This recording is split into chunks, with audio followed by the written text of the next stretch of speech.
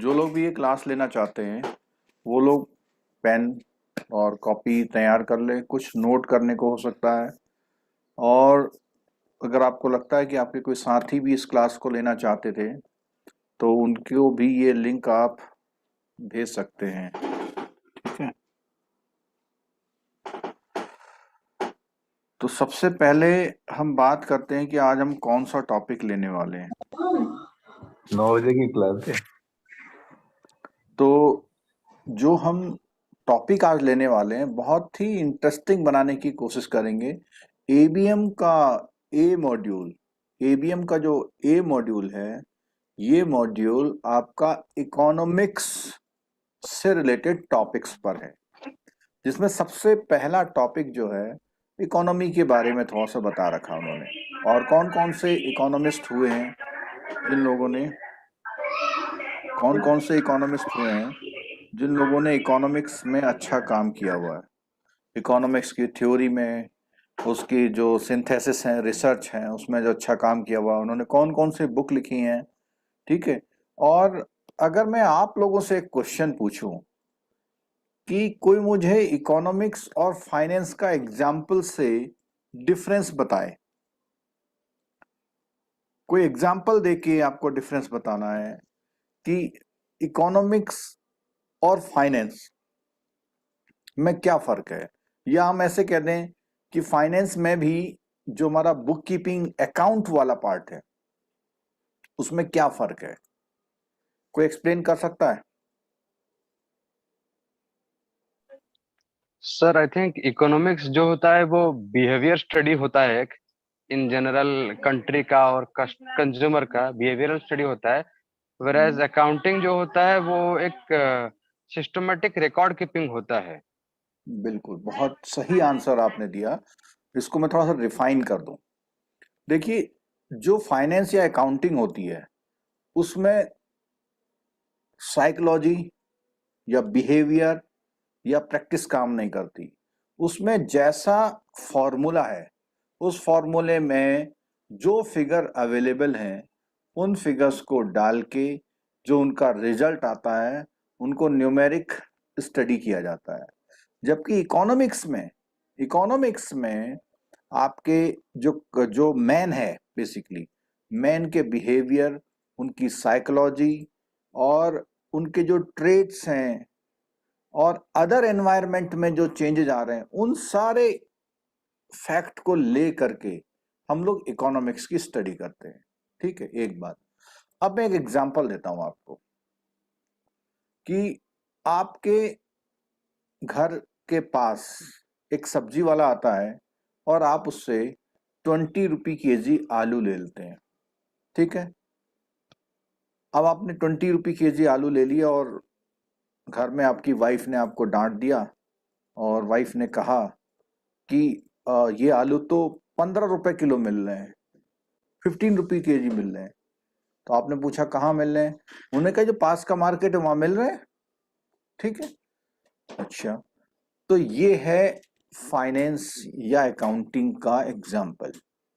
ठीक हो गया कि भाई आपने आलू 20 रुपी केजी ले लिए और आपकी वाइफ बोल रही है 15 रुपी केजी, यानी 5 रुपए का लॉस हो गया सीधा सीधा। ये है फाइनेंस या अकाउंट्स। अब हम बात करते हैं इसमें इकोनॉमिक्स क्या है। इकोनॉमिक्स में क्या होगा, आपकी जो कॉस्ट है, फाइनेंशियल कॉस्ट 20 रुपीज है और उधर अगर जाएं तो 15 रुपीज है, 5 रुपए का लॉस है। अगर आप इकोनॉमी में जाते हैं तो आप क्या करेंगे, जो पास का मार्केट है 2 किलोमीटर दूर है, उसके लिए आप अपनी स्कूटर उठाएंगे, ई रिक्शा में जाएंगे या पैदल जाएंगे, अपना टाइम लगाएंगे, वहां जाएंगे, उसको लेकर के आएंगे। ठीक है। तो ये जो आप टाइम दे रहे हैं और टाइम के अलावा आप अपना मेंटल एक्सर्शन लगा रहे हैं, वहां मोल भाव कर रहे हैं, इसकी भी एक कॉस्ट होती है। पर ये कॉस्ट फाइनेंस में कंसीडर नहीं होती, इकोनॉमी में कंसीडर होती है। तो अगर हम पूछें आपसे कि इकोनॉमी कॉस्ट ऑफ या इकोनॉमी प्राइस ऑफ जो आलू है, आलू के प्राइस इकोनॉमी प्राइस में, इधर जहां आप पास से ले रहे हैं गली में ले रहे हैं, वहाँ दोनों जगह इकोनॉमी कॉस्ट भी 20 है और फाइनेंस यानी अकाउंट कॉस्ट भी उसकी 20 है। लेकिन जब हम दूर जाके ले रहे हैं तो जो 15 रुपए किलो आलू है उसकी इकोनॉमी कॉस्ट कितनी होगी, कोई बता सकता है? उसकी जो इकोनॉमी कॉस्ट है वो कितनी होगी? 20 या उससे कम होनी चाहिए। 20 हो सकती है। 15 और प्लस जो जाने का खर्चा भी हम लगा हाँ रहे हैं हाँ वो ऐड हाँ, होता है। मतलब 15 से ज्यादा ही होगी, 15 से ज्यादा ही होगी। ज्यादा। ठीक है। अब एक चीज और सुनिए कि आप थोड़ा दूर जाके आलू लेके आए, आपने वहां दो काम और कर लिए अपने जो शाम को करने थे, दो काम और कर लिए जो शाम को करने थे, तो इकोनॉमिक कॉस्ट कम हो गई क्योंकि आपने रिड्यूस वो हो गया। कॉस्ट बचा ली। ठीक है। तो इकोनॉमी और फाइनेंस और अकाउंट में थोड़ा सा ये फर्क है, इसको अगर आप समझेंगे तो आपको ज्यादा अंडरस्टैंडिंग बनेगी। और एक चीज और, इकोनॉमी जो होती है, जितने भी रिसोर्सेस या मींस अवेलेबल होते हैं, उन रिसोर्सेस या मींस की अवेलेबिलिटी से अपनी नीड्स और वांट्स को पूरा करना, फुलफिल करना, ये एक इकोनॉमी का पर्पज होता है। ठीक है। इसके लिए वो डिफरेंट स्टडी करते हैं, ह्यूमन बिहेवियर की स्टडी करते हैं, मार्केट बिहेवियर की स्टडी करते हैं, गवर्नमेंट की पॉलिसीज की स्टडी करते हैं, कंट्री की पॉलिसीज की स्टडी करते हैं, आपके रिलीजन की, रेसेस की, आपके जो कम्युनिटी है उसकी स्टडी करते हैं। ठीक है। तो सम्मट ये कह सकते हैं कि मार्केटिंग जब हम करते हैं तो उसमें इकोनॉमी के इन कॉन्सेप्ट्स का भी यूज किया जाता है। ठीक है। और जो भी डेटाज अवेलेबल होते हैं या एक्सपेक्टेड डेटाज अवेलेबल होंगे वो सब हम फाइनेंस में पढ़ते हैं। ठीक है। तो मेरे ख्याल से इकोनॉमी और फाइनेंस में फर्क आपको क्लियर हो गया होगा। और अगर ये फर्क क्लियर हो गया तो अब हम पढ़ते हैं वो टॉपिक क्या है। देखिए छोटा टॉपिक है, लेकिन हम किसी भी टॉपिक को छोड़ना नहीं चाहते। छोड़ने का मतलब ये है कि वो जीरो हो गया। और अगर हम, अभी हमारा एग्जाम की डेट बहुत दूर है, अगर हम ग्रेजुअली इन टॉपिक्स को कवर करते हुए चलेंगे तो डेफिनेटली हमें थोड़ा सा मोरल बूस्टअप मिलेगा, हम कॉन्फिडेंट होंगे कि हाँ हमने कुछ पढ़ रखा है। और रिटेन करना ये आपकी, मतलब आपके लिए चैलेंज है कि आप उसे कैसे रिटेन करेंगे। और रिटेन करने के लिए आप नोट्स बनाएं, उसका रिवीजन करें। अब यही क्लास है, एग्जाम के ठीक पहले भी रिवाइज हो जाती है कई बार, वहां पर भी आप देखें। इस चैप्टर के कंप्लीट होने के बाद आप दुनिया भर में कहीं पर भी आपको इस चैप्टर से रिलेटेड क्वेश्चंस मिलते हैं, तब उनको ट्राई कीजिए। फिर कोई नया क्वेश्चन है जिसका आप आंसर नहीं कर पा रहे हैं, उसको इन डेप्थ में स्टडी करिए। ठीक है। तो आपकी स्क्रीन पर दिखाई दे रहा है टॉपिक का नाम, fundamentals of economics, micro economics and macro economics and type of economics, economies. जिन लोगों का बैकग्राउंड इकोनॉमिक्स से रहा है शायद उनके लिए बहुत ही मामूली सा टॉपिक होगा, लेकिन जिन लोगों ने इकोनॉमिक्स नहीं पढ़ती, स्पेशली जो लोग साइंस बैकग्राउंड के स्टूडेंट्स हैं, उनके लिए ये टॉपिक एक इम्पॉर्टेंट टॉपिक हो सकता है। तो मेरी सबसे रिक्वेस्ट है, जो लगभग 1 घंटे का ये क्लास चलेगा, तो आप सभी लोग जो है कंसंट्रेट होके बैठेंगे। हाँ जी। तो फंडामेंटल ऑफ इकोनॉमिक्स का थोड़ा सा मैंने आउटलुक दिया है। तो अब हम बात करते हैं कि वो कौन कौन लोग हैं जिन्होंने इकोनॉमिक्स में अच्छा काम किया है, अपनी डेफिनेशन देने की कोशिश करी है। ठीक है। तो जो मैंने एक प्रैक्टिकल और कॉन्सेप्चुअल आपको एग्जाम्पल दिया इकोनॉमिक्स का, अब यहाँ पे थ्योरेटिकल एग्जाम्पल की बात करते हैं। अगर हम थ्योरेटिकल एग्जाम्पल की बात करते हैं तो economics deals with production, allocation and use of goods and services. तो अब देखो यहाँ पे जब एलोकेशन की बात आई, तो एलोकेशन के लिए मैंने आपको बोला था जो आपके रिसोर्सेस हैं, जो आपके रिसोर्सेस हैं उन्हीं का एलोकेशन होता है। ठीक है। और इन्हीं रिसोर्सेस से हम लोग प्रोडक्शन करते हैं और जो भी हमारी गुड्स सर्विसेज होती हैं उनका हम यूज करते हैं। तो ये सारा चीजें हैं जिसमें आपका साइकोलॉजी और बिहेवियर भी इंक्लूड होता है। It is important to study how resources can best be distributed. तो वही बात है कि रिसोर्सेस जो अवेलेबल हैं वो किस किस को कितने मिलने चाहिए, तो उसका डिस्ट्रीब्यूशन, और उससे हमारी नीड पूरी हो जाए, ज्यादा से ज्यादा लोगों की नीड पूरी हो जाए उन रिसोर्सेस से, ठीक है। As we are more connected globally to one another, the study of economics become extremely important. तो हमें, क्योंकि ये सब लोग कनेक्टेड हैं, तो इसलिए इसकी जो स्टडी है बहुत इंपॉर्टेंट हो गई। अब एक कुछ डेफिनेशन टाइप में भी देख बात करते हैं। ये इकोनॉमिक्स क्या है? The science which study human behaviour. देखो बिल्कुल क्लियरली लिखा हुआ आ गया, ह्यूमन बिहेवियर की स्टडी है as a relationship between ends and scarce means.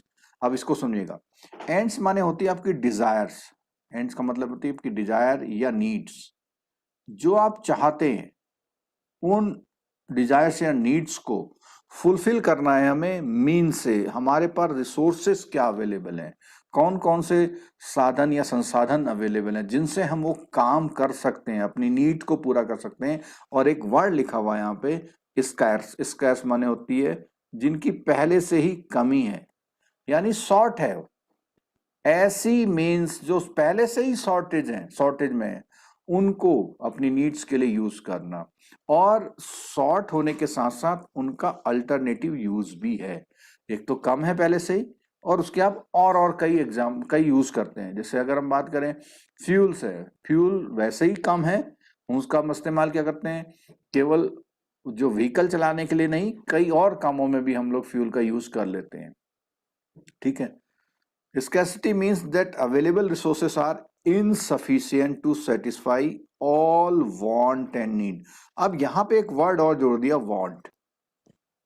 तो नीड्स बेसिकली होती है सबसे बेसिक रिक्वायरमेंट, और वांट्स ये होती है कि जब बेसिक रिक्वायरमेंट पूरी हो जाती है तो हमारी इच्छाएं, एक जरूरत एक इच्छाएं हमारी कभी खत्म नहीं होती। तो इसका मतलब हुआ कि हमारी जितने भी मीन्स हैं वो स्कैर्स पहले से हैं, अल्टरनेटिव यूज भी है, और उसके साथ साथ हमारी जो इच्छाएं हैं, वांट्स हैं, उनकी कोई लिमिट नहीं है। तो यानी ये फॉर एवर प्रॉब्लम है, और अगर ये फॉर एवर प्रॉब्लम है तो हमको इसकी स्टडी करनी पड़ेगी, तभी हम इन प्रॉब्लम्स से ओवरकम हो सकते हैं। और एक तरह से ये कहेंगे कि प्रॉब्लम्स हमेशा बनी रहेंगी, लेकिन हमें बेस्ट यूटिलाइज करना है, हम कैसे उसको बेस्ट यूटिलाइज कर पाए। In the absence of scarcity and alternative use, available resources, there is no economy. अगर ऐसा हो जाए कि कमी भी नहीं हो और लिमिटेशन भी ना, अल्टरनेटिव यूज भी ना हो, तो प्रॉब्लम ही नहीं होगी। और प्रॉब्लम है, इसलिए हम इकोनॉमिक्स पढ़ रहे हैं, ठीक है।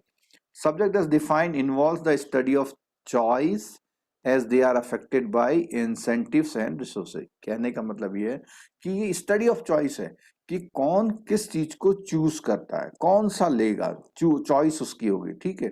और as they are affected by incentives and resources, और ये इंसेंटिव्स और रिसोर्सेस से अफेक्ट का मतलब यहाँ पे होता है नेगेटिव वर्ड। देखो, एक होता है इफेक्ट और एक होता है अफेक्ट। दोनों के मीनिंग हिंदी में बात करें तो प्रभाव होते हैं कि इसका क्या प्रभाव पड़ेगा, लेकिन इफेक्ट हमेशा पॉजिटिव उसमें ले आता है और अफेक्ट हमेशा नेगेटिव में ले आता है। जैसे मान लिया फ्लड आ गया, तो फ्लड से बोलेंगे आपका अफेक्ट, कोरोना आ गया अफेक्ट बोलेंगे, ठीक है। और अगर टाइमली रेन हो जाए क्रॉप के लिए तो उसे बोलेंगे we have seen the good effect of rain for the harvesting of crop. इस तरह से कुछ बात करेंगे, ठीक है। The essence of economics is to knowledge the reality of scarcity and then, पहले तो सबसे पहले आपको पता होना चाहिए कि किस चीज की कमियां हैं, to knowledge the reality of scarcity, and then figure out how to organize society in a way which products the most efficient use of resources. This is where economics makes a unique contribution. और ये सब कुछ economics की study से ही हो पाता है, ठीक है।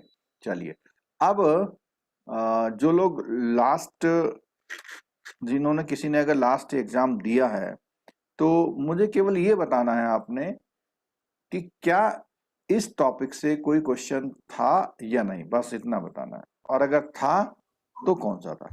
कोई बोलेगा? नहीं था सर। सर था अच्छा, कोई, सर था। हाँ जो था वो बताए। सर कीन से रिलेटेड था, नहीं एक मिनट, कौन सा? रॉबिन से रिलेटेड कोई क्वेश्चन था। फिर से बताना, किससे? रॉबिन से रॉबिन्स अच्छा, डिफिनेशन। रॉबिन्सन जो है हमारे इकोनॉमिस्ट हुए हैं, उनसे रिलेटेड था। तो हम्म, जैसा देखो, हो सकता है कि किसी सेट में नहीं रहा हो, लेकिन मेरा हमेशा से कहना रहा है कि ये टॉपिक आपको एक वो सॉलिड मार्क्स देता है जो आपके 50 से 49 होने को रोकते हैं। तो हर टॉपिक का एक एक क्वेश्चन भी हमारे लिए इंपॉर्टेंट है और इजी टॉपिक है, तो इसको छोड़ना बिल्कुल भी गलत है और बहुत अच्छी तरह से प्रिपेयर करना। तो रॉबिन्स का नाम अभी आगे आने वाला है, जो इस सर ने कहा कि रॉबिन्स का क्वेश्चन था, वो देखेंगे क्या क्वेश्चन था। ठीक है, अब अगर हम बात करें तो इकोनॉमिक्स की जो स्टडी है हमारे सिलेबस के अकॉर्डिंग, कुछ नेम है। नेम में मैं यहां भी डिफाइन करना चाहूंगा। सबसे पहले तो हो गए एडम स्मिथ, फिर होते हैं Marshall, Robinson, Pigou, JM Keynes और आपके हिक्स एंड हैंसन। ठीक है, बेसिकली आपके बुक में लगभग इतने नेम्स की चर्चा कहीं पर होगी।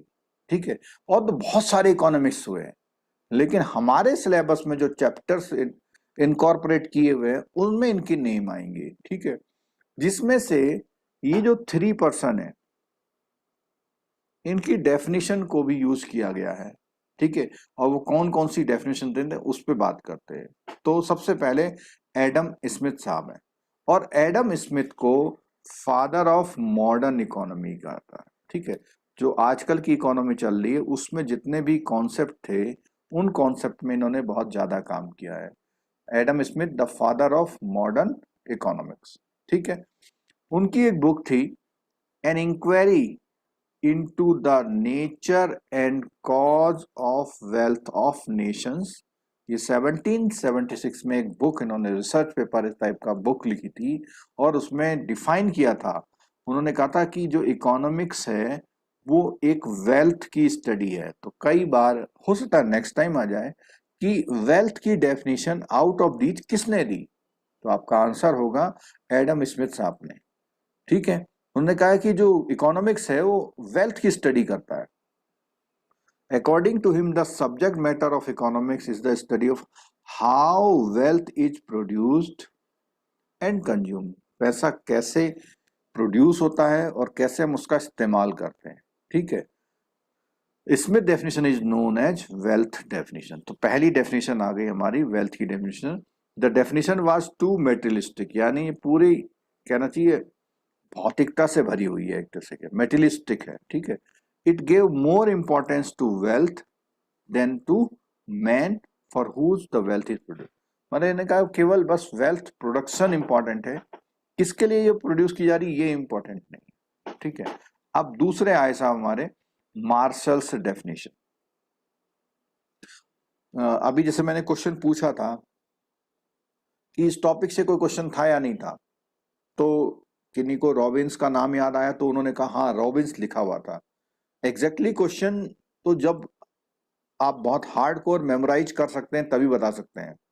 ठीक है, ऐसा भी हो सकता है कि इस टॉपिक से क्वेश्चन तो था, लेकिन हम उसको रिलेट नहीं कर पाए कि वो क्वेश्चन इसी टॉपिक से था, और ये प्रॉब्लम तब आती है जब हम टॉपिक में कुछ ना कुछ छोड़ देते हैं।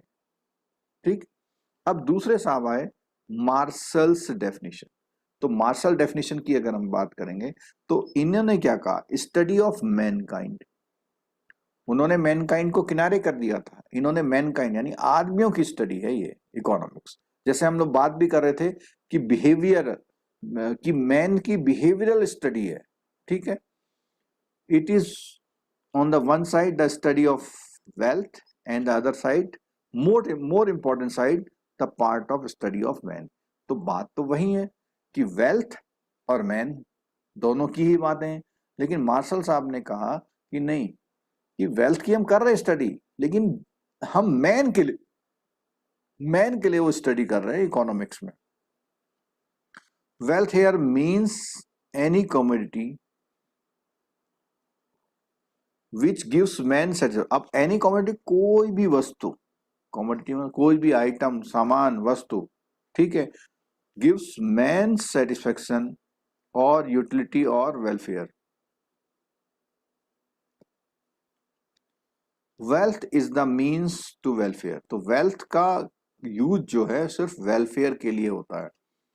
द अल्टीमेट पर्पज और objective of economics is to promote well being और वेलफेयर। तो वो बात बार बार वही कह रहे हैं कि वेलफेयर, तो इसीलिए इनकी जो डेफिनेशन का नाम है, इनकी डेफिनेशन जो है वेलफेयर की डेफिनेशन कहलाती है, जबकि इनकी जो डेफिनेशन है एडम स्मिथ साहब की, वेल्थ की डेफिनेशन। ठीक है, अब मैं थोड़ा सा ट्रिक भी बताऊंगा कि हम इसको कैसे याद रख सकते हैं।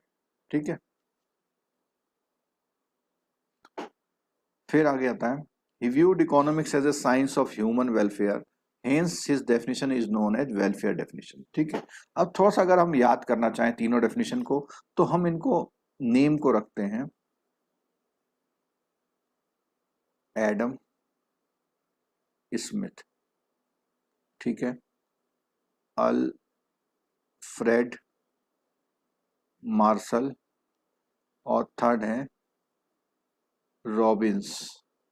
ठीक, अगर हम अल्फाबेट रखते हैं तो आप देख रहे हैं कि बिल्कुल हमने ये अल्फाबेट रखा हुआ है, अल्फाबेटिकल रखा हुआ है, और यहाँ पे 3 नेम रखते हैं हम लोग। एक है वेलफेयर, एक है वेल्थ, ठीक है, और थर्ड डेफिनेशन है हमारी एंड्स और मीन्स की, उसको अब बात करते हैं। ठीक है, उसको बोलते हैं economics as study of means and ends. ठीक है, थर्ड वर्ड है मीन्स एंड एंड्स। ठीक है, तो यहाँ पे अल्फाबेटिकल ऑर्डर रखा हुआ है।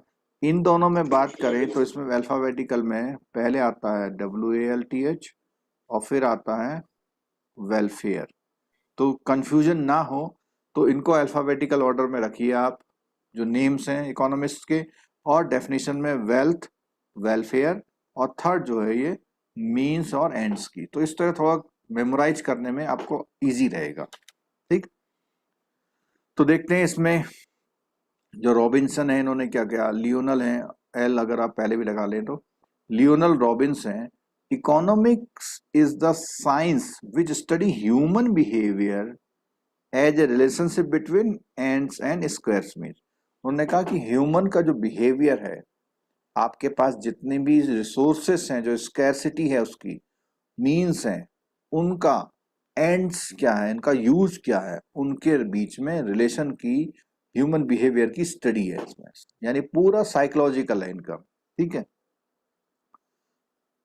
The definition presents economics as a study means and ends. The means और रिसोर्सेस, अब देखो मीन्स का मतलब क्या है, रिसोर्सेस आर लेस, कम है, in relation to their demand, how man use the scarce resources to fulfil their desire is the subject matter of economics. और वो कैसे उसका यूज करेगा ये इकोनॉमिक्स डिसाइड करेगी। जैसे हमने बोला था कि आपको यहाँ आलू जो है 20 रुपए किलो मिल रहे हैं, वहां 15 रुपए किलो मिल रहे हैं, लेकिन आपका लेने का डिसीजन इकोनॉमिक्स डिसाइड करेगी कि आप यहां से लेंगे या वहां से लेंगे। ठीक है,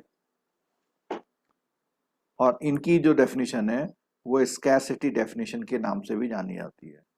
ठीक है, अब स्कैरसिटी की जब बात करेंगे तो इन्होंने थोड़ा सा एनालाइज किया, ये स्कैरसिटी क्यों है, स्कैरसिटी के पीछे कुछ रीजंस हैं। पहला, सबसे पहले मैन हैज अनलिमिटेड वांट्स। जैसे मैंने अभी शुरू में भी एक्सप्लेन किया था कि वांट्स का तो कोई लिमिट है ही नहीं, यानी प्रॉब्लम हमेशा बनी रहेगी।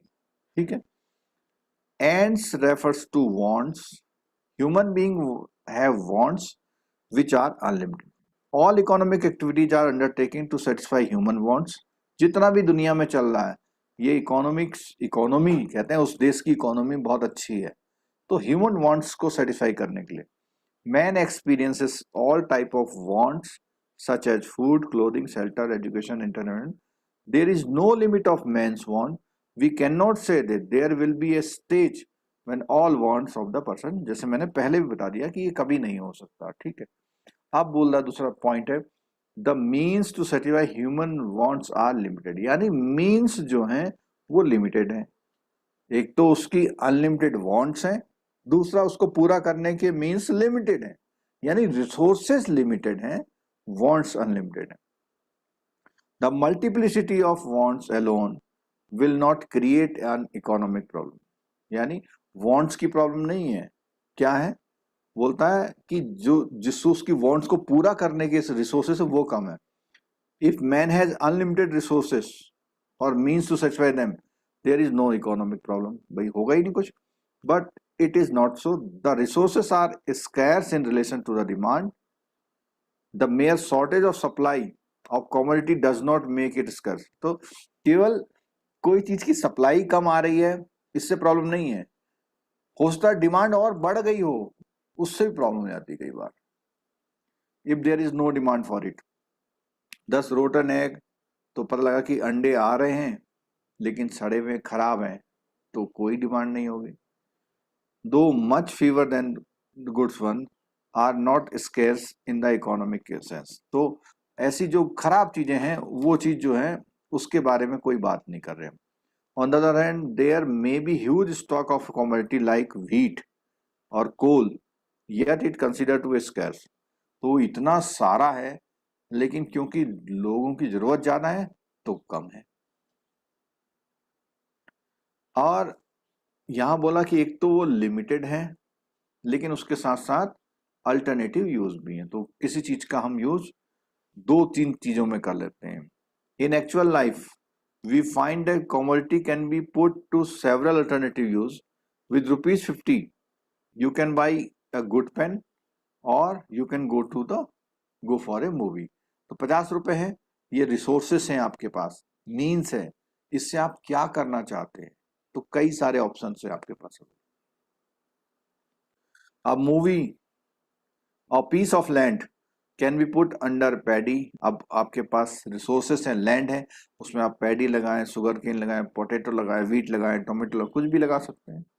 Thus, the resources available to person of the or to the community are not only limited but also have the alternative use।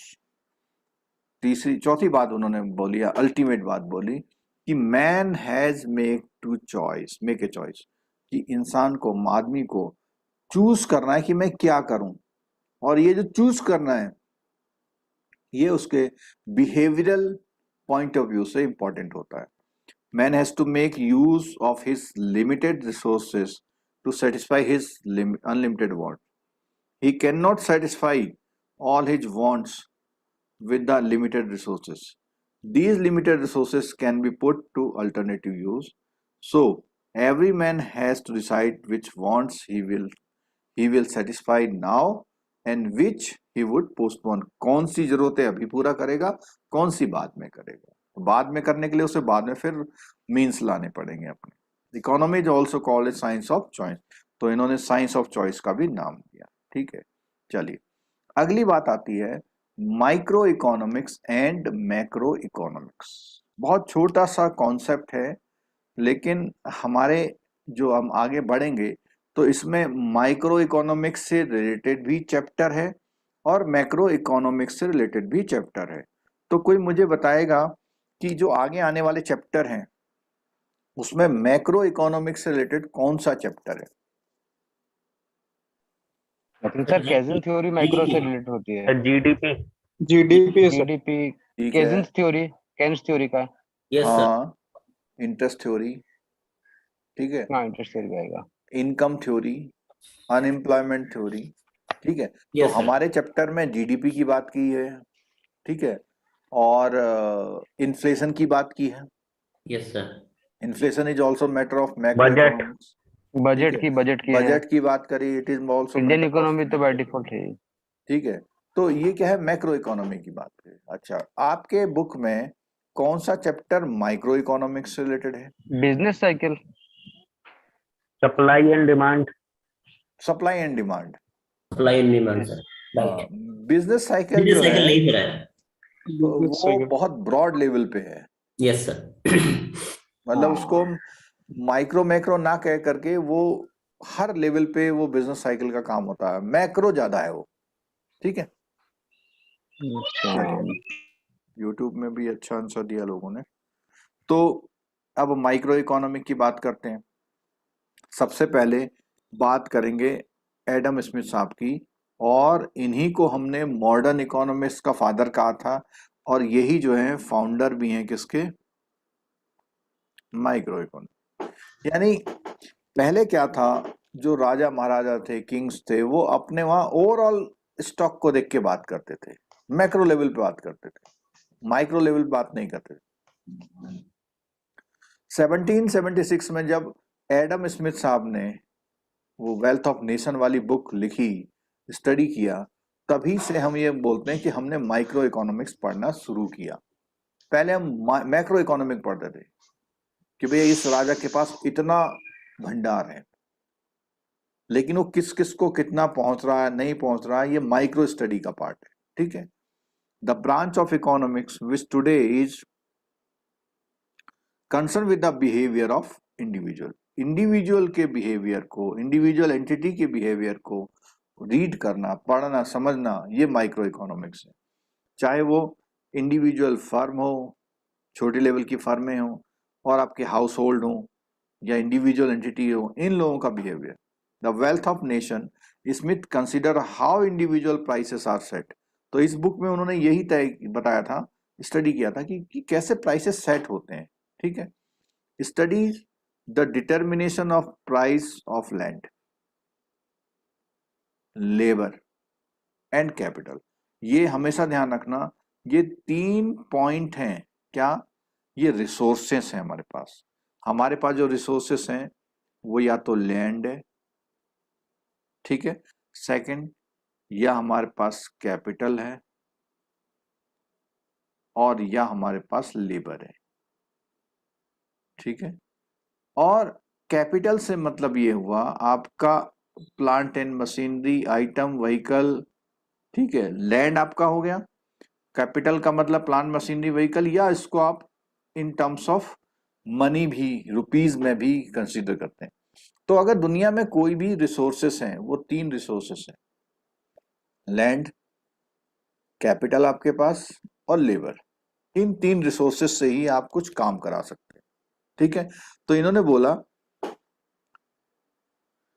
Individual prices are set, studies the determination of prices of land, और lands की जो price है, labour की price और capital की price को ये तय करते हैं। ठीक है, and inquired into the strength and weakness of the market mechanism. जो हमारा मार्केट चलता है उसकी स्ट्रेंथ और वीकनेस की भी स्टडी इन्होंने करी।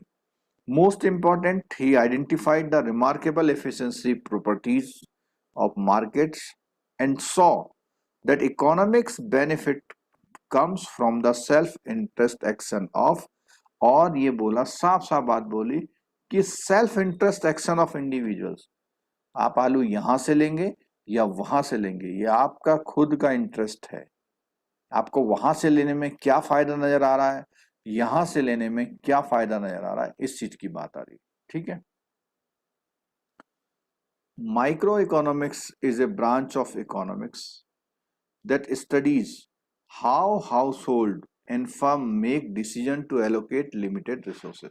तो यहां फिर बात आ गई, देखो किसने कहा, हाउस होल्ड एंड फर्म्स, कंपनियां और फर्म्स और हाउस होल्ड कैसे डिसीजन लेते हैं। Typically in market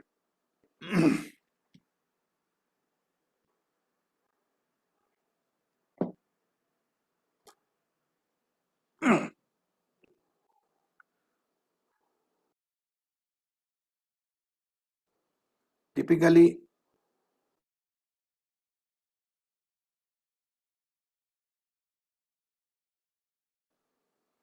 typically in market where goods or services are being bought and sold. Microeconomics examines how these decisions and behaviours affect the supply and demand. तो अगर supply and demand की बात आई तो मैंने बोला था कि कौन कौन से चैप्टर हमारे माइक्रो इकोनॉमिक्स में आते हैं, तो सप्लाई एंड डिमांड आ गया, ठीक है, गुड्स और सर्विसेज की, विच determine prices and how prices in turns determine the supply and demand for the good. तो दोनों बातें आई।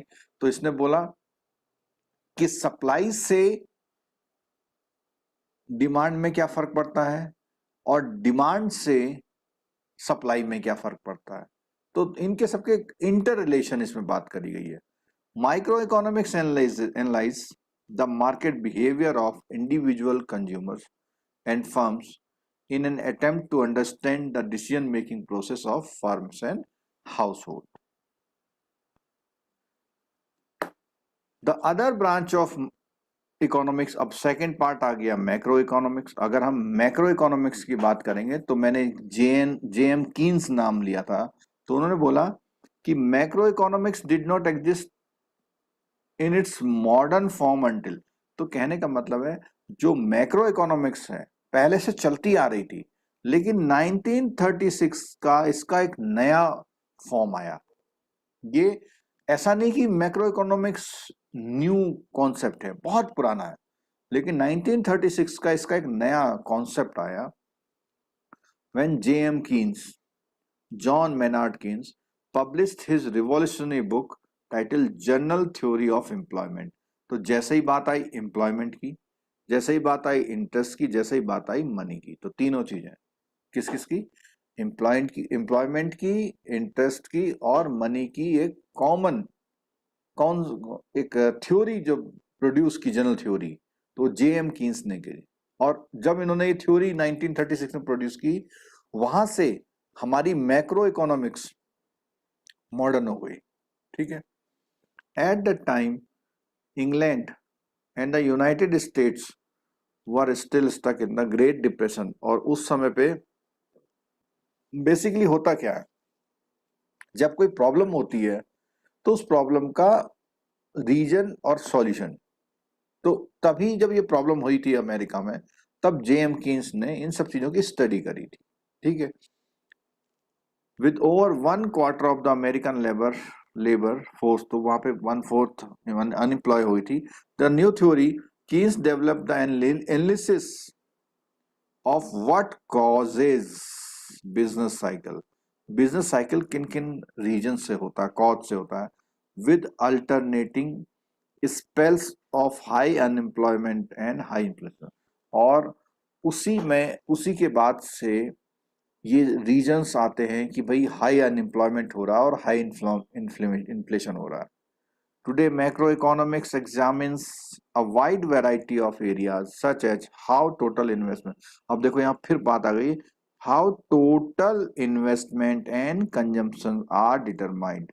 तो टोटल, ओवरऑल, अगर हम ओवरऑल की बात करते हैं तो वो मैक्रो इकोनॉमिक्स का पार्ट हो गया। हाउ सेंट्रल बैंक्स, अब सेंट्रल बैंक भी जो मैंने डिसीजन लेता है या कंट्रोल करता है, वो भी मैक्रो इकोनॉमिक्स बेस्ड है, चाहे वो मनी का कंट्रोल हो, चाहे वो इंटरेस्ट रेट का control. What causes international financial crisis and why some nations grow rapidly why other stagnant. कुछ अच्छे कंट्री अच्छा वो कर रही है, कुछ स्लो कर रही है या स्टैग्नेंट हो गई है, रुक गई हैं। Although macro economics has progressed far since the first insight the issued address. तो उसने बोला है कि जो कीन्स ने पहला जो अपना एक इश्यू एड्रेस किया था कि क्या क्या प्रॉब्लम्स हैं, लेकिन उससे अभी की जो मैक्रो इकोनॉमिक्स है वो काफी आगे आ चुकी है। Still define the study of macro economics today, ठीक है, मतलब उनके नया दौर आ गया है, लेकिन फिर भी उनकी जो डेफिनेशन है उसकी इंपॉर्टेंस आज भी बनी हुई है, ठीक है। Macro economics is the branch of economics that deals with the performance, structure and behavior of a national or region। तो यहाँ पे एक बात क्या आई कि performance, structure and behaviour, performance, structure and behaviour of state level या national level पे जो होता है, ठीक है, तो नेशनल और रीजनल, रीजनल को स्टेट मान लीजिए, ठीक है, और उनको एज ए होल स्टडी करना। It is the study of behaviour and decision making of entire economies. Macro economist study aggregate indicators, सबको मिला के, जीडीपी, अनएम्प्लॉयमेंट, प्राइस इंडिसेस, ठीक है।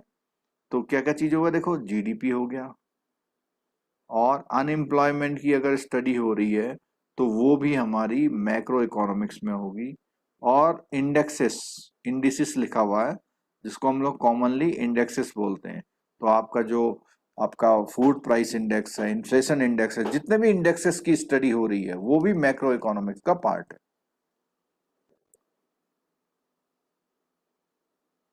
To understand how the whole economy functions, macroeconomists develop models that explain the relationship among such factors as national income, output, consumption, unemployment, inflation, savings, investment, international trade and international finance.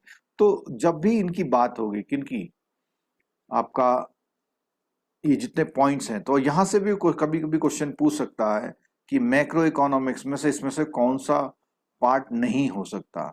तो वो क्या करेगा, 3 तो इसमें से देगा, एक कुछ और दे सकता है, ठीक है। तो ध्यान रखना आपने, इनकम की बात, आउटपुट की बात, consumption, unemployment, inflation, savings, investment, international trade और इंटरनेशनल फाइनेंस, ये सारे मैटर मैक्रो इकोनॉमिक्स के। In contrast micro economics is primarily focused on the actions of individual agent. अब यहाँ पे देखना कि वो बात तो कर रहा है ब्रॉड लेवल पे, लेकिन वो इंडिविजुअल के जो एक्शंस हैं उन्हीं से वो रिजल्ट ऊपर तक पहुंचता है, such as firms and consumers and how their behaviour determine prices and quantities in specific. तो इंडिविजुअल डिसाइड कर रहा है एज ए होल पूरे मार्केट की। और 2 branches of macroeconomics coverage from the core of modern economy. तो यहाँ पर जो है ये जो कोर ऑफ मॉडर्न इकोनॉमिक्स है इसको कवरेज करते हैं, ठीक है। अब बात आती है कि इकोनॉमीज, ये टाइप ऑफ जो इकोनॉमिक्स है, इकोनॉमीज हैं, वो क्या क्या चीजें हैं, ठीक है। तो यहाँ पर थोड़ा सा देखेंगे तो 3 तरह की इकोनॉमी हमारी आती है, मार्केट, कमांड एंड मिक्स। तो उसके बारे में पढ़ने से पहले ये जो है इकोनॉमिक्स नहीं है, इकोनॉमीज है, ये थोड़ा मिसप्रिंट हो रखा है यहाँ पे, ई है ये, ठीक है। Type of economies. अब टाइप ऑफ इकोनॉमी स्टडी करने से 3 प्रॉब्लम्स इन्होंने डिफाइन की हैं, और वो प्रॉब्लम्स क्या है, what, how and for home. 3 problem, what, how and for home. Economy की 3 प्रॉब्लम्स हैं, व्हाट कमोडिटी, हाउ प्रोडक्शन कैसे होगा, फॉर होम तो क्या कमोडिटी बनाएं, ठीक है, how these goods are made, कैसे बनाएं और किन के लिए बनाएं। 3 प्रॉब्लम इकोनॉमी की बनी है। तो every human society, whether it is an advance industrial nation, चाहे आप अमेरिका की बात कर लें, ए सेंट्रली प्लान इकोनॉमी इंडिया की बात कर लें, और आइसोलेटेड ट्राइबल नेशन जो बिल्कुल ट्राइबल एरियाज हैं, जो जुड़े ही नहीं है इकोनॉमी से, अपना काम वो, उनका प्रोडक्शन अपना है, सब कुछ अपना करते हैं, must confront and resolve 3 fundamental. तो कुछ भी बात करें तो 3 प्रॉब्लम्स हैं इसकी। अब व्हाट कमोडिटी की बात क्या आती है, देखो यहाँ पे, व्हाट कमोडिटी आपको डिसाइड करना पड़ेगा कि क्या प्रोड्यूस करना चाहते हैं और कितनी क्वांटिटी में। What commodities and in what quantities. A society must determine how much of each of many possible goods and services it will make and when they will be produced. Will we produce pizza or shirt? ठीक है। और ये जो है commodity decide करना, commodity decide करने के लिए आपको बुक कीपिंग बिल्कुल हेल्प नहीं करेगी, फाइनेंस और अकाउंट हेल्प नहीं करेगा। इसके लिए आपको स्टडी होनी चाहिए कि लोग अब क्या चाहेंगे, उनका बिहेवियर क्या है, उसके अकॉर्डिंग आप प्रोडक्शन करेंगे, ठीक है। A few high quantity of shirt और मैनी चीप सर्ट, मतलब अब सर्ट में भी महंगी या सस्ती। Will we use scarce resources to produce, और जो हम प्रोड्यूस करना चाहते हैं क्या हमारे पास उसके लिए रिसोर्सेस अवेलेबल हैं या नहीं, और will we produce fewer consumption goods and more investment goods. अब दो चीजें हैं। अब इसने बोला, दो बातें बोली, क्या हमें कंजम्पशंस के लिए गुड प्रोड्यूस करनी है या इन्वेस्टमेंट गुड्स। अब इन्वेस्टमेंट गुड की मतलब हुआ कि आपको जैसे प्लांट एंड मशीनरी है आपका,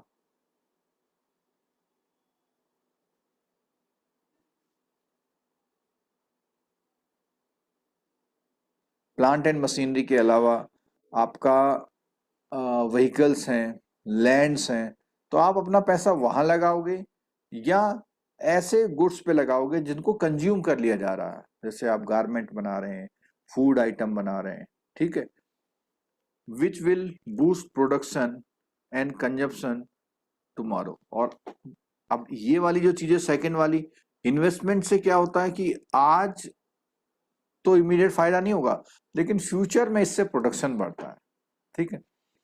हाउ आर गुड प्रोड्यूस, आप गुड प्रोड्यूस कैसे करोगे, कैसे प्रोड्यूस करने से मतलब क्या है कि at end what production technique they will use, कौन सी टेक्निक से करोगे, ठीक है, और कौन से रिसोर्सेज से। अब जैसे मान लिया आपको चेयर बनानी है, तो चेयर बनाने के लिए रिसोर्सेज कौन कौन से अवेलेबल है बता सकते हैं। Would, plastic, labour, plastic, labour iron, labour, और मशीन, लैंड जो जगह पे बनाएगा। ठीक है, हाँ लैंड, ये तो रिसोर्सेस हो गए। अब टेक्निक क्या हो गई, टेक्निक हो गई वेल्डिंग टेक्निक है, नेट एंड स्क्रू टेक्निक है, मेल्टिंग टेक्निक है, ठीक है, मोल्डिंग टेक्निक है। कौन सी टेक्निक यूज करेगा, दोनों चीजें आपका, यानी how are good produced, who farms and who teaches, कौन खेती करेगा कौन पढ़ाएगा।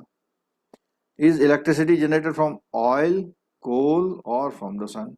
तो ये सारे कि कुछ भी प्रोडक्शन होना है कि कैसे वो होगा। और लास्ट पॉइंट जिसका था हमारा कि वो जो प्रोडक्शन है फॉर हुम आर गुड प्रोड्यूस, और किसके लिए बनाना है। अब आप कार बना रहे हैं तो बहुत रिचेस्ट पर्सन के लिए बनाएंगे तो उसमें बहुत फैसिलिटी देंगे, मिडिल क्लास के लिए बनाएंगे तो थोड़ी फैसिलिटी कम करेंगे, बहुत लोअर क्लास के लिए बनाएंगे तो उसका बेसिक फीचर डाल देंगे उसमें। Who gets to eat the fruit of economic activity, यानी इकोनॉमिक से एक्टिविटी से जो भी फ्रूट प्रोड्यूस हुआ है वो उसको कौन यूज करेगा। Is the distribution of income and wealth fair and equitable. अब यहाँ एक पॉइंट आता है, देखो क्या पॉइंट आता है कि जब जीडीपी की बात आती है तो जीडीपी में, जीडीपी की थ्योरी कई लोग क्वेश्चन मार्क में रखते हैं, क्योंकि जीडीपी किसी कंट्री की पोजीशन तो बताता है लेकिन वहां के इंडिविजुअल की पोजीशन नहीं क्लियर कट या एक्यूरेट नहीं बताता, एवरेज बताता है। जैसे कि जो आपका वेल्थ या जीडीपी जो जनरेट हो रही है उसको सबको फेयर एंड इक्विटेबल डिस्ट्रीब्यूशन हो रहा है या नहीं हो रहा उसका। How is the national product divided amongst different house hold, how is the national product divided amongst different house hold. वही जो मैंने अभी बार बोली कि क्या एवरेज सबके घर में पहुंच रही है वो बातें हैं। Are many people poor and few rich, do high income go to the teachers और एथलीट्स और ऑटो वर्कर्स और venture capitalist. Will society provide minimal consumption to the poor और must people work if they are to eat. तो ये सारी problems जो हैं कि किसके लिए आप काम करोगे, ये भी एक प्रॉब्लम, ठीक है। इस चैप्टर का लास्ट जो है इंपॉर्टेंट एस्पेक्ट है वो टाइप ऑफ इकोनॉमीज का है, और उसमें इकोनॉमीज में हमारी तीन इकोनॉमीज है, मार्केट, कमांड और मिक्स्ड, ठीक है। मार्केट की अगर हम बात करें तो मार्केट इकोनॉमी एक तरह से कैपिटलिस्ट इकोनॉमी है, यानी उसको कंट्रोल करने वाले जो पूंजीपति लोग हैं, कैपिटलिस्ट हैं, इंडस्ट्रियलिस्ट हैं, वो कंट्रोल करते हैं, ठीक है। कमांड में क्या होता है, गवर्नमेंट कंट्रोल करती है उनको कि भाई आप इतना बनाएंगे, इसका रेट ये रखेंगे, इससे ज़्यादा नहीं रखेंगे, और मिक्स में दोनों लोग मिक्स होके काम करते हैं। तो 3 तरह की इकोनॉमीज हैं, और इन 3 तरह की इकोनॉमीज से भी क्वेश्चंस जो है वहाँ पे आपके एग्जाम में पूछ सकता है। क्या क्या चीज़ें देखते हैं इसमें जरा। सबसे पहला है, जैसे मैंने बताया था कि मार्केट इकोनॉमी को हम कैपिटलिस्ट कंट्रोल करते हैं, और इसीलिए इसको कैपिटलिस्ट इकोनॉमी भी कहते हैं, जो कि यूनाइटेड स्टेट या यूके में ऐसा देखा जाता था, लेकिन अब उतना प्योर नहीं है, फिर भी है। लेकिन their economy system are called market economy. क्यों है, उसमें बोला कि US and increasing around the world most economic questions are settled by the market mechanism, यानी गवर्नमेंट को इंटरफेयर नहीं कर रही है। इंडिया की बात करें तो इंडिया भी इसी इकोनॉमी की तरफ बढ़ता हुआ दिख रहा है आजकल, कि गवर्नमेंट कुछ नहीं कर रही। आपको जो भी 3G 4G के रेट तय करने हैं कर लो, इंश्योरेंस के जो रेट तय करने हैं कर लो, और वो तभी हो सकता है जब प्राइवेटाइजेशन होता है। ठीक है। A market economy is one in which individuals and private firms make the major decision, यानी गवर्नमेंट का कोई रोल नहीं है, और वो डिसीजन जो है related to production and consumption, क्या बनाएं और कैसा यूज करें उसका। A system of prices, of markets, of profits and losses, of incentives and rewards determine what, how and for whom।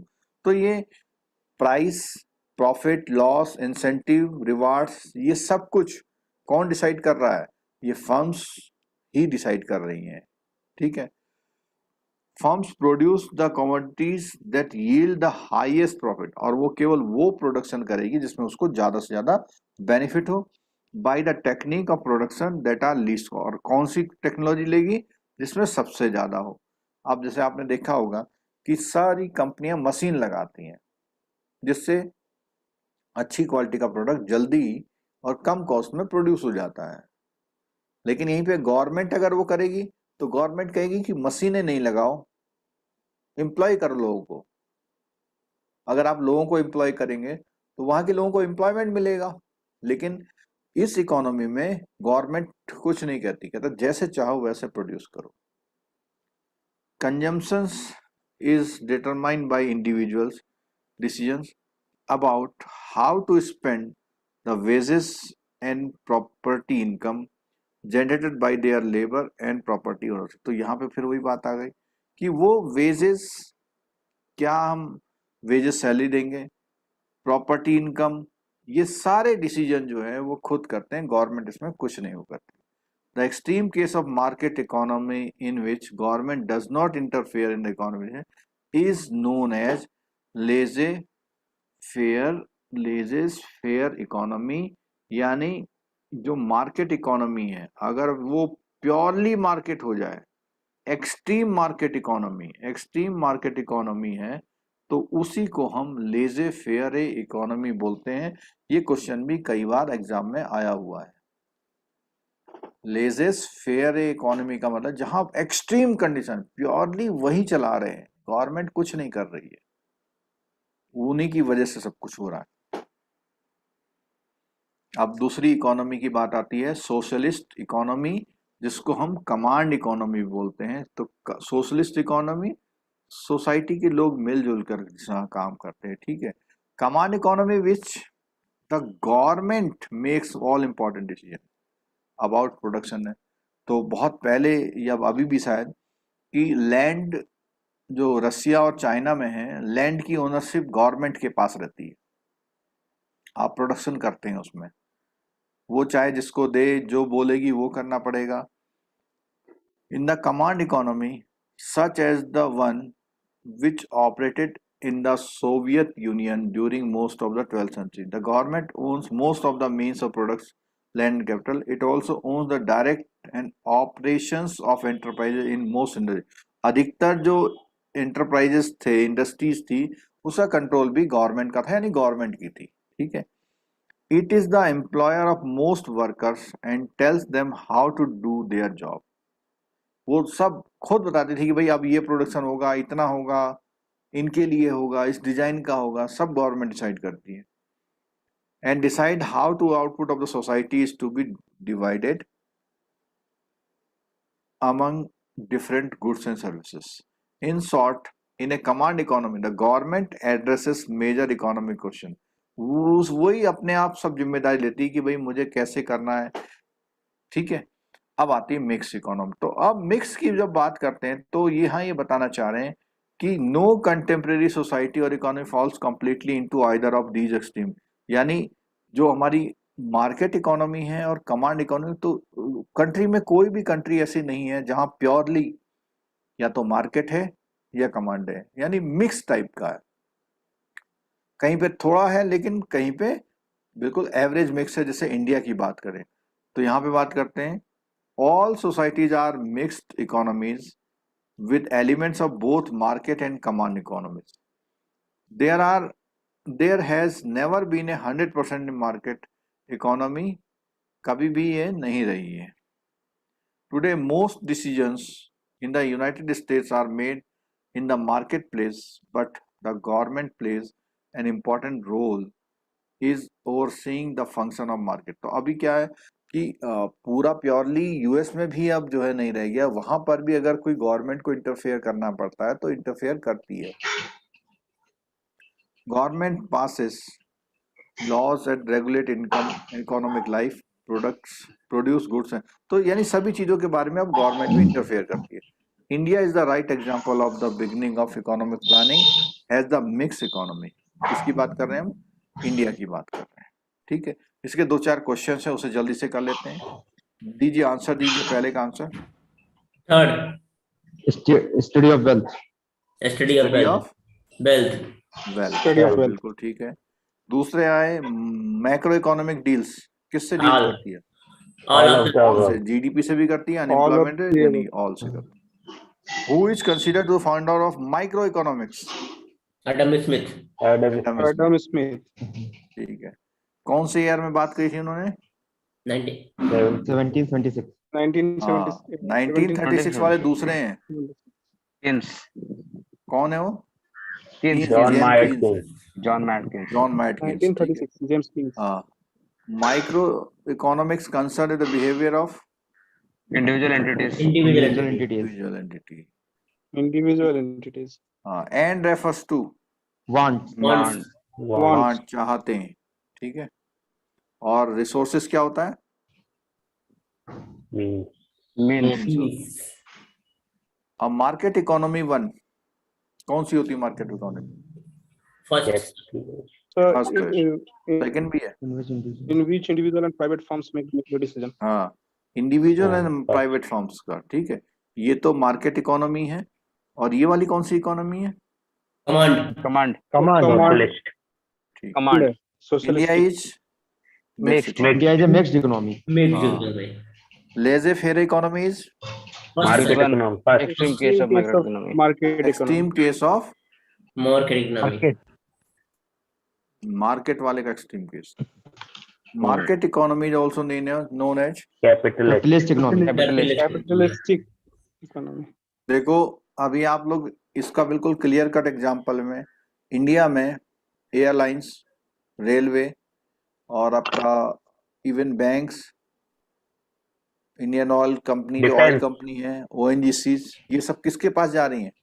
Government है? Private के पास, private ऐसा नहीं, प्राइवेट प्राइवेट के पास जा रही हैं, ठीक है। तो ये इंडिया जो है कैपिटलिस्ट इकोनॉमी की तरफ बढ़ती हुई दिखती है, ठीक है। और कैपिटलिस्ट इकोनॉमी इस समय जो अगर एग्जांपल की बात करें, इंग्लैंड है और यूके इंग्लैंड में आएगा सर। हाँ, यूएसए और सर, वैसे- ये थोड़ा सा भी कैपिटलिस्ट इकोनॉमी की तरह देखे जाते हैं, ठीक। थोड़ा इंटरफेयर हो रहा है वहाँ पे, तो वहाँ पे ठीक है। तो चलिए ये सर मतलब नॉन ऑफ द अबव भी तो हो सकता है ना, क्योंकि बताया गया कि किसी में भी नहीं है। नहीं वो कह रहे हैं एक्सट्रीम कहीं पर भी नहीं है, लेकिन अभी भी यूएस और यूके कैपिटलिस्ट इकोनॉमी माने जाते हैं। वहां पे देखो 70-30 वाला। वहां का बैंक जो है, वहां का बैंक भी सरकारी नहीं है। जो रिजर्व बैंक है ना वहां का, वो भी प्राइवेट है। जो फेडरल रिजर्व बैंक है वो गवर्नमेंट का बैंक नहीं है। तो यानी कि प्राइवेट लोग डिसाइड कर रहे हैं। गवर्नमेंट पॉलिसी बना रही है, लेकिन कंट्रोल अभी भी जो है बैंकिंग के रेट वगैरह तय करना, तो फेडरल रिजर्व के अकॉर्डिंग रेट तय होते हैं वहां पे, ठीक है। चलिए, अच्छा मैं ये बता दूं, जो नेक्स्ट क्लास है हमारा है तो JIB का क्लास वो, लेकिन जो भी उसमें क्लास में अटेंड करना चाहें तो हम उसमें लिंक आपको प्रोवाइड कर देंगे, आप भी उसमें जो है वो कर सकते हैं, ठीक है। सर मतलब टॉपिक क्या थोड़ा सा रहेगा? बेसिक्स है टॉपिक टॉपिक में, क्या तो रहेगा? अभी हमारा वही चल रहा है ना, बेसिक RBI के जो फंक्शंस हैं उसमें चल रहा है। कई जी बार जी क्या होती हैं, कुछ छोटी छोटी बातें होती हैं, वो आपको टफ क्वेश्चन का आंसर करने में हेल्प करती है, ठीक है। तो अगर आप चाहें तो अटेंड कर सकते हैं, 10:30 से वो क्लास होगी। जी सर। और जो ये आज का हमारा टॉपिक था, ये हम स्टार्ट कर रहे हैं, आप जी जी लोगों को गियर अप होना है, एक एक चीज को पढ़ते हुए चलना है, जिससे आपको एग्जाम के पहले रिवीजन करना आसान रहे। अगर आप अभी क्लास में बोरिंग फील करेंगे तो फिर प्रॉब्लम हो जाएगी, एट ए वंस नहीं स्टडी हो पाती है फिर। तो इसलिए मेरी रिक्वेस्ट है, जो फर्स्ट राउंड चलता है क्लास का, उसको रेगुलर आप अटेंड करिए, जी जी अपनी बुक में अंडरलाइन करिए या नोट्स बनाइए, कुछ भी करिए, एक एक सिंसियर बच्चे की तरह स्टडी करिए अगर आपको CIB कंप्लीट करना है तो, जी सर। ठीक है। जी जी तो इतना टाइम आप निकाल ही सकते हैं, क्योंकि हमारी फिर कुछ समय बाद से फिर अल्टरनेट क्लास शुरू हो जाएंगी। अभी हम थोड़ा सा आपको वार्म अप कर रहे हैं। सर CIB की नेक्स्ट क्लास कब होगी? संडे। ओके सर अभी कौन तो सी टॉपिक हॉलीडे रहेगी? लेके चल रहे ना, है कौन सी टॉपिक रहेगी?